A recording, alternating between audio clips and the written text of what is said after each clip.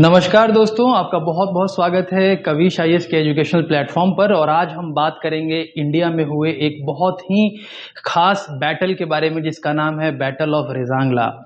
जी हाँ, ये कब लड़ाई हुआ था? ये हुआ था इंडिया और चाइना के मध्य में, जो बीच में लड़ाई हुआ था 1962 में।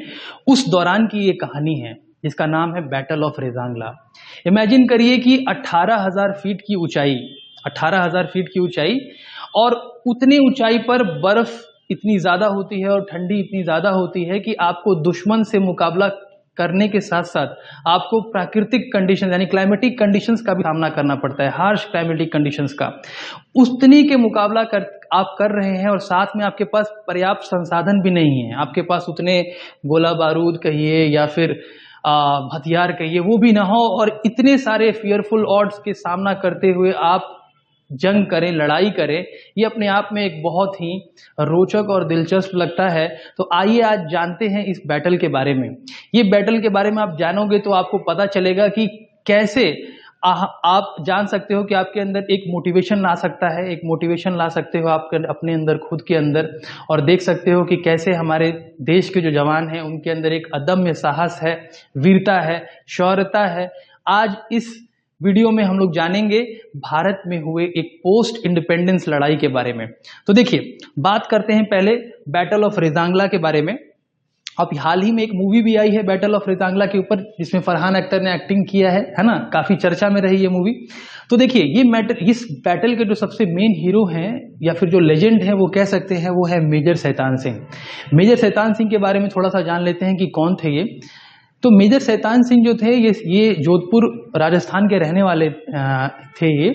और इनके अंदर शुरू से ही, बचपन से ही, from a very beginning itself, इनके अंदर था कि इनको देश के प्रति सेवा करनी थी और देश के लिए इनके अंदर जज्बा और जुनून शुरू से था।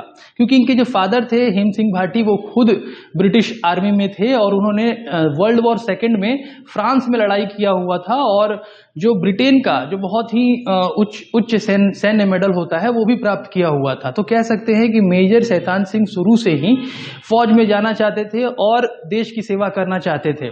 आइए जानते हैं कि 1962 का वॉर क्या था। तो देखिए, इंडिया और चाइना के बीच में आज तक एक लड़ाई हुआ है और इस लड़ाई में इंडिया की अनफॉर्चुनेटली हार हो गई थी। बट टेक्निकली देखा जाए दोस्तों, तो ये हार होने का जो मेन कारण था वो ये नहीं था कि हमारी सेनाएं कमजोर थी। इसकी हार का मेन जो कारण था वो ये था कि जो इंडिया की उस वक्त की जो हमारे पास जो इक्विपमेंट्स कहिए, जो संसाधन कहिए, क्योंकि अभी इंडिया नया नया आजाद हुआ था और उसमें हेविली, या कह सकते हैं जो उसके एक्सपेंडिचर्स थे वो हेविली सैन्य चीजों पे खर्चा नहीं किया था, एक्सपेंडिचर नहीं किया था। इसके बजाय उन लोगों ने, जो हमारे उस वक्त के जो पॉलिटिशियंस थे, उन्होंने सोचा कि इसके बजाय अगर हम लोग गरीबी उन्मूलन पे ध्यान दें, एम्प्लॉयमेंट पे ध्यान दें, इस वजह से हम लोगों ने क्या किया, सेना पर उस हिसाब से बजट एक्सपेंडिचर या एलोकेशन नहीं किया। तो हमारे पास संसाधन, लॉजिस्टिक्स, इसकी कमी थी और उन कमियों का, उन ऑड्स का सामना करते हुए हम लोगों ने ये लड़ाई किया था। देखिए, बैटल जो हुआ था 1962 में, भले ही इसमें इंडिया हार गई, और आपको पता है कि उस वक्त जवाहरलाल नेहरू जी का, जो हमारे फॉर्मर प्राइम मिनिस्टर थे, उन्होंने शांति की पहल भी की थी चाइना के साथ कि कैसे हम लोग एक दूसरे के साथ भाई भाई बन के रह सकते हैं। और उस वक्त का एक बहुत ही फेमस स्लोगन भी हुआ करता था, हिंदी चीनी भाई भाई। और लेकिन उसके बाद भी क्या हुआ, चाइना ने तिब्बत के ऊपर अटैक कर दिया 1950 में। इंडिया उस वक्त खामोश रहा, इंडिया ने कुछ ज्यादा रिएक्शन नहीं दिया, और चीन ने इसी खामोशी का फायदा उठाते हुए 1962 में इंडिया पर भी अटैक कर दिया। और उसी का खामियाजा हम आज भी भुगत रहे हैं। ठीक है, अब जरा समझ लेते हैं कि ये क्या है। आप देख सकते हो, आपके सामने यहाँ पर एक मैप है, और इस मैप में आप देख सकते हैं कि यहाँ पर ये जो आप एरिया देख रहे हो, ये जो पूरा एरिया है, ये आज इसको हम मैकमोहन लाइन के नाम से जानते हैं। ये मैकमोहन लाइन 1914 में सर मैकमोहन ने इसको ड्रॉ किया था, और ब्रिटिशर्स ने ड्रॉ किया था, और ये बताया गया था कि ये जो लाइन है, इसके उस पार तिब्बत होगा और इसके इस पार इंडिया होगा। ये लाइन भी आज भी दोस्तों एक डिस्प्यूटेड बॉर्डर की तरह है, आज भी ये डिस्प्यूटेड बॉर्डर की तरह है। और यहाँ पर जो आप इस एरिया को देख रहे हो, ये जो यहाँ पर एरिया है इसको बोलते हैं अक्साई चीन का एरिया। और आज भी ये एरिया जो है वो हमारे भारत का ही हिस्सा है, लेकिन चीन के कंट्रोल में है। इसी लड़ाई के बाद 1962 की लड़ाई के बाद में ही ये एरिया चाइना के पास चला गया था और आज भी उसी के कब्जे में है। साथ ही चाइना मानता है कि ये जो अरुणाचल प्रदेश के पास जो बॉर्डर है इसको भी वो डिस्प्यूटेड मानता है, उसको भी वो इंडिया का अरुणाचल प्रदेश को इंडिया का पार्ट नहीं मानता है। तो आप देख सकते हो कि कुछ इश्यूज आज तक चलते हुए आ रहे हैं हमारे सामने। ठीक है, अब जरा हम बात करेंगे कि ये बैटल ऑफ रेजांगला था क्या। आते हैं अपने पुराने वाली बात पर। तो देखिए, बैटल ऑफ रेजांगला जो था इसके अंदर भारत के सिर्फ 120 सैनिक सामना कर रहे थे 3 से 5 हजार सैनिकों का, जो एक अनऑफिशियल डेटा है। ऑफिशियल डेटा तो बताता है कि there were around 700 soldiers. Chinese sources का कहना है कि 700 सोल्जर्स थे, लेकिन इंडियन सोर्सेस का कहना है कि नहीं, वहां पे कम से कम 3000 चाइनीज सोल्जर्स थे, 3000 चाइनीज सोल्जर्स। और इंडिया की तरफ से कितने थे? तो 120 इंडियन सोल्जर्स थे। अच्छा, यहां पर आप देख सकते हैं ये जो इंडिया की तरफ से जो मेन जो कमांडर थे वो थे आपके मेजर शैतान सिंह, और चाइना की तरफ से थे लेफ्टिनेंट कर्नल गाओ हुआनजांग। और इंडिया की तरफ से जो यूनिट लड़ाई कर रही थी वो थी 13th बैटल कुमाऊं रेजिमेंट थी, और कुमाऊं रेजिमेंट की सी कंपनी लड़ाई कर रही थी, और वहां से था 11th infantry 3rd battalion regiment. ठीक है, एस्टिमेटेड देखिए तो इंडियंस का कहना है कि इस लड़ाई में ऑलमोस्ट 1500 के करीब में चाइनीज सोल्जर्स मारे गए थे। ठीक है, और इंडियंस का कहना है कि हमारे जो इंडियन सोल्जर्स थे वो 120 में से 114 यानी 114 जो हमारे जो सोल्जर्स थे वो इस लड़ाई में शहीद हो गए, वीर गति को प्राप्त हो गए थे। अब देखिए, ये जो लड़ाई थी इसकी फुल स्टोरी जानते हैं और समझते हैं कि इस लड़ाई का मेन कारण क्या था, और जानते हैं कि क्यों ये दुनिया की सबसे इंपॉर्टेंट बैटल्स में इसका नाम आता है। तो देखिए, जो बैटल ऑफ रेजांगला है उसमें जो इसका जो पॉइंट है आप देख सकते हैं, बैटल ऑफ ये जो रेजांगला है ये यहां पर है। रेजांगला, ला का मतलब होता है पास। ठीक है, और उस वक्त पूरा का पूरा जो जम्मू कश्मीर देख रहे हो आप, इस पूरे के पूरे जम्मू कश्मीर में सबसे इंपॉर्टेंट पॉइंट था चुशुल। ये चुशुल में क्या था? एयरबेस था, यानी भारतीय सेना का एयरबेस था। और ये है चाइनीज पॉइंट, यहां पर चाइनीज थे, तो चाइनीज चाहते थे कि इस जगह पर उनका कंट्रोल हो जाए, चुशुल में उनका कंट्रोल हो जाए, क्योंकि अगर उनका कंट्रोल चुशुल में हो गया तो इसकी वजह से वो क्या कर सकते हैं, पूरे के पूरे जम्मू और कश्मीर पे कब्जा कर सकते हैं। तो उन लोगों को भी मालूम था कि चुशुल पर उनको कब्जा करना है, इंडियंस को भी मालूम था कि वो लोग चुशुल पे कब्जा करना चाहते हैं। तो चाइनीज ने एक अलग स्ट्रेटेजी अपनाई। अब उन्होंने क्या अपनाया दोस्तों, कि उन्होंने एक लंबा रूट चुना। उन्होंने सोचा कि पहले हम लोग क्या करेंगे, यहां पर रेजांगला पर सबसे पहले हम लोग रेजांगला पर जाएंगे। उन लोगों ने ये प्लान बनाया कि हम लोग रेजांगला पर जाएंगे और रेजांगला से हम लोग यहां पर चुशुल पे अटैक करेंगे। इस वजह से ताकि इंडियंस को शक ना हो, और इंडियंस को मालूम था कि वो रेजांगला पर आना चाहते हैं, इसलिए सारी की सारी जो फौज थी इंडिया की वो चुशुल में लगी हुई थी और रेजांगला में बहुत कम फौज था। ठीक है, यहां रेजांगला में फौज बहुत कम रखी गई थी क्योंकि इंडियंस को लगा कि चुशुल पे वो लोग अटैक करेंगे, बट हुआ इसके जस्ट ऑपोजिट। और लेकिन सबसे अच्छी बात ये थी दोस्तों कि जो हमारे उस वक्त की जो रेजिमेंट थी, जो 13 कुमाऊं रेजिमेंट, जिसके कमांडर थे शैतान सिंह, मेजर शैतान सिंह, वो पहले से ही इस चीज को एंटीसिपेट कर चुके थे कि वो लोग चुशुल पे अटैक नहीं करेंगे, वो लोग रेजांगला से होते हुए बाद में चुशुल पर अटैक करेंगे। इसीलिए वो पहले से ही उन्होंने सारी तैयारियां कर रखी थी। और हुआ भी 18 नवंबर के दिन थी और उस दिन बहुत तेज तूफान आया, है ना, स्टॉर्म जैसे कि आते हैं वहां पे, बर्फीली तूफान। उसी बर्फीली तूफान का फायदा उठा करके चाइनीज जो सोल्जर्स थे वो इंडियन टेरिटरी में एंटर कर गए। और ये लड़ाई जो थी सुबह करीब 3 या 4 बजे के करीब से स्टार्ट हुई, और उस लड़ाई में वो लड़ाई सुबह के 9 बजे तक ये लड़ाई चली है। ठीक है, और इसमें उन्होंने क्या किया, टोटल 120 सोल्जर्स थे, यानी 120 सोल्जर्स थे इंडिया के। तो उन्होंने क्या किया, 35 के 3 ग्रुप बना दिए, 30 के 3 ग्रुप बना दिए ऐसे करके। और उन्होंने क्या किया कि अलग अलग ग्रुप में अलग अलग पोस्ट में लगा दिया। जैसे मान लीजिए यहां पर आके हो गए 35, यहां से चाइनीज सोल्जर आ रहे हैं, तो पहले ये वाली जो यूनिट है ये सामना करेगी, फिर ये जब खत्म हो जाएगी तो ये, फिर लास्ट में ये। इस तरह से उन्होंने 3 सेक्टर्स में डिवाइड कर दिया। और हुआ भी ऐसा ही। फिर उसके बाद जब चाइनीज सोल्जर आए तो सबसे पहले इस फर्स्ट यूनिट ने सामना किया, फिर उसके बाद थर्ड, सेकेंड, फिर थर्ड, ऐसे कर करके। और चाइनीज ने क्या स्ट्रेटेजी अपनाई, क्योंकि चाइनीज को मालूम था कि वहां पर 120 सोल्जर हैं, तो उन लोगों ने टोटल जो एस्टिमेट है 3000 से 5000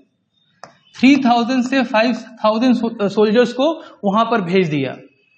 अच्छा, जब वो कैसे आ रहे थे, वो वेव की फॉर्म में आ रहे थे, मतलब एकदम झुंड बना करके कि चलो वहां पर जा करके पोस्ट पे कब्जा कर ले, तो पूरे झुंड बना करके वो लोग आ रहे थे। तो इसको पहले सामना हुआ इस यूनिट से, है ना, जो उनके 35 सोल्जर्स हैं यहाँ पर। इन लोगों ने उनको बहुत देर तक रोक के रखा। और दोस्तों, सबसे हैरान करने वाली बात यह थी कि उस वक्त इंडियन आर्मी के पास उतने हथियार नहीं थे, उतने अच्छे उन लोगों ने कपड़े भी नहीं पहन रखे थे। आपको मालूम है कि ठंडी इलाकों में कपड़ों का कितना बड़ा इंपॉर्टेंट रोल है। और सबसे इंपॉर्टेंट बात, ये जो 120 जो सोल्जर्स आ रहे हैं, ये क्लाइमेटिक कंडीशंस का सामना तो कर ही रहे थे, हार्श क्लाइमेटिक कंडीशंस का सामना तो कर ही रहे थे। सबसे बड़ी बात है कि ये सोल्जर्स आ रहे थे नॉर्दर्न प्लेन से, नॉर्दर्न प्लेन से आने वाले सोल्जर्स थे ये। नॉर्दर्न प्लेन्स का मतलब ये हुआ कि ये जो सोल्जर्स हैं, इन लोगों ने कभी भी माउंटेन वॉरफेयर किया ही नहीं है। ये मैदानी इलाकों के सोल्जर्स हैं, फ्लैट एरिया वाले। ये पहली बार इतनी ऊंचाई पर आए थे, 18,000 फीट की ऊंचाई। इतने ऊंचाई पर आने पर चक्कर आने लगता है, उल्टी आने लगती है। कभी भी किसी भी अगर जवान को इतनी ऊंचाई पे पोस्टिंग दी जाती है तो उसके लिए 3 से 4 महीने 6 महीने उसकी प्रॉपर ट्रेनिंग की जाती है, उसके बाद वहां पे पोस्टिंग किया जाता है। लेकिन इन सोल्जर्स को डायरेक्टली वहां पे डिप्लॉय किया गया था, क्योंकि सिचुएशंस डे बाय डे खराब होती जा रही थी इंडिया और चाइना के बीच में, है ना।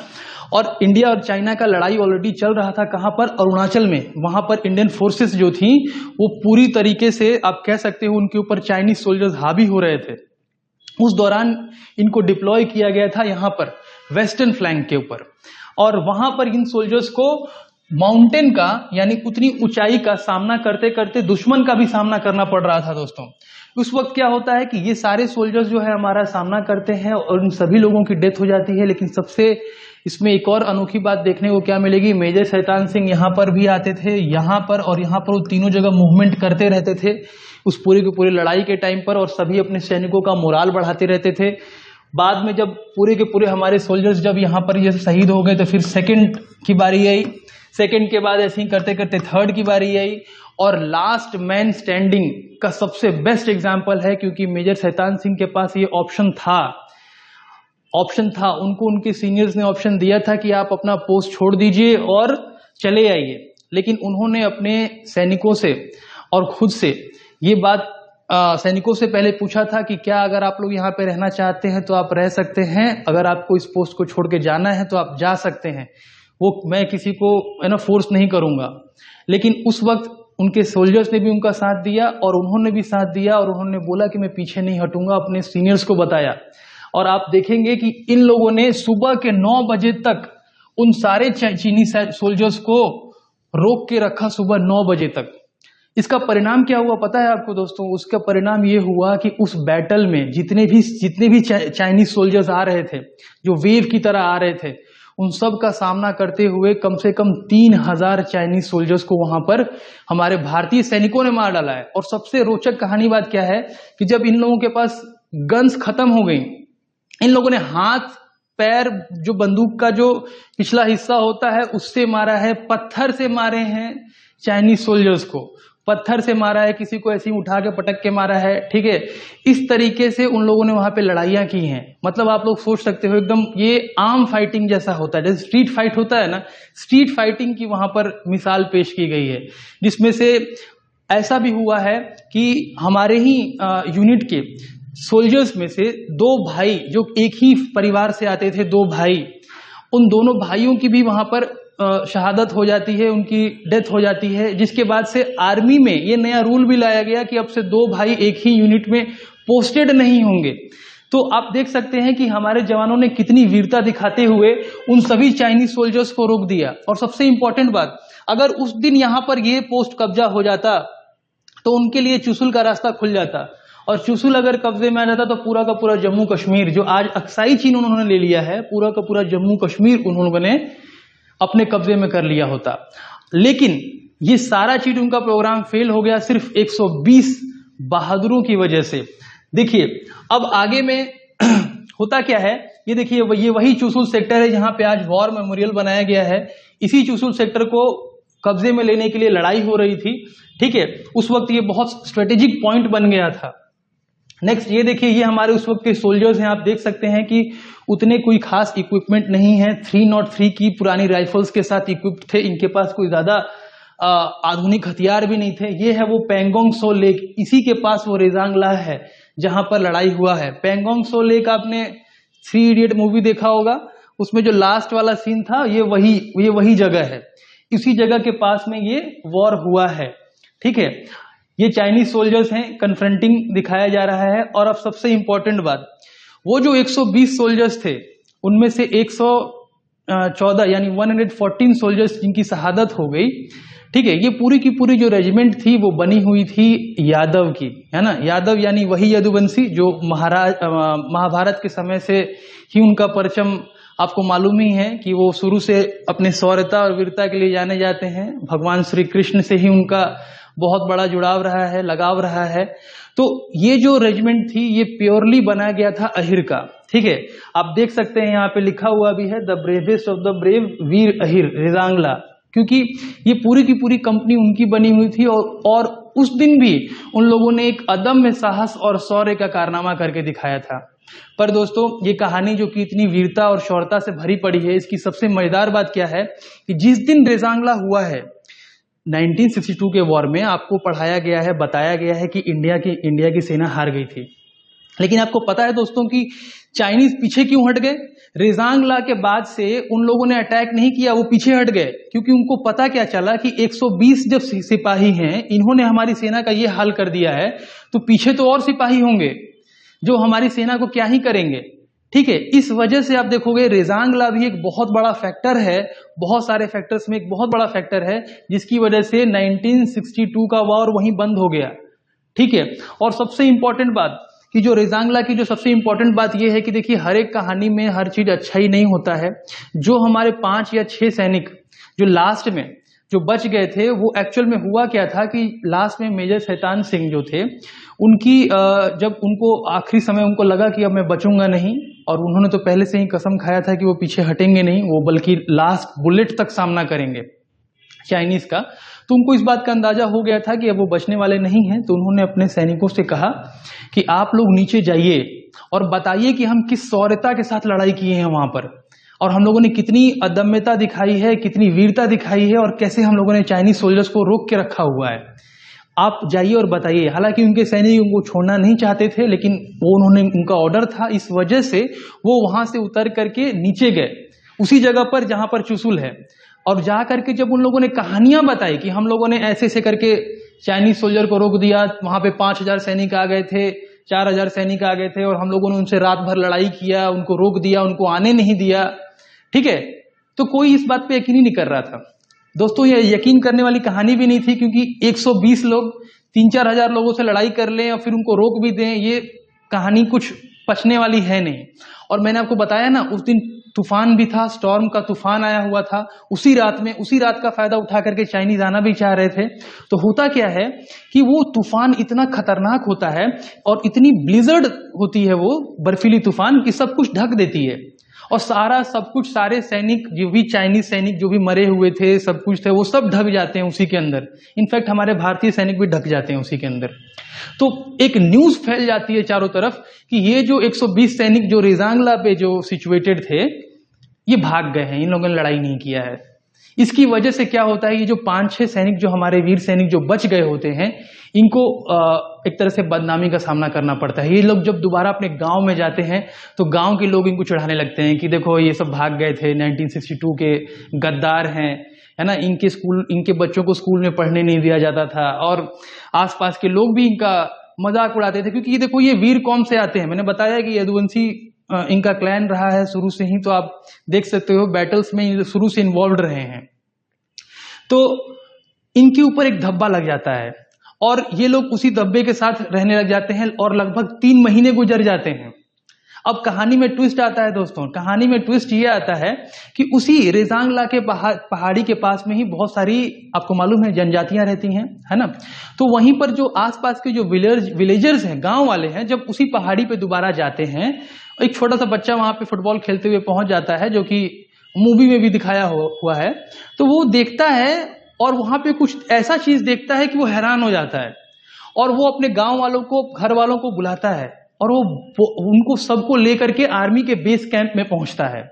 और वहां पर गांव वाले जाकर के आर्मी वालों को बताते हैं कि साहब, आपके सैनिक तो अभी भी खड़े हैं वहां पे बंदूक लेकर के दुश्मन की तरफ। इस बात पर आर्मी वाले हैरान हो जाते हैं। कहते हैं कि वॉर तो 3 महीने पहले खत्म होगी, तो हमारे सैनिक वहां पे कैसे होंगे।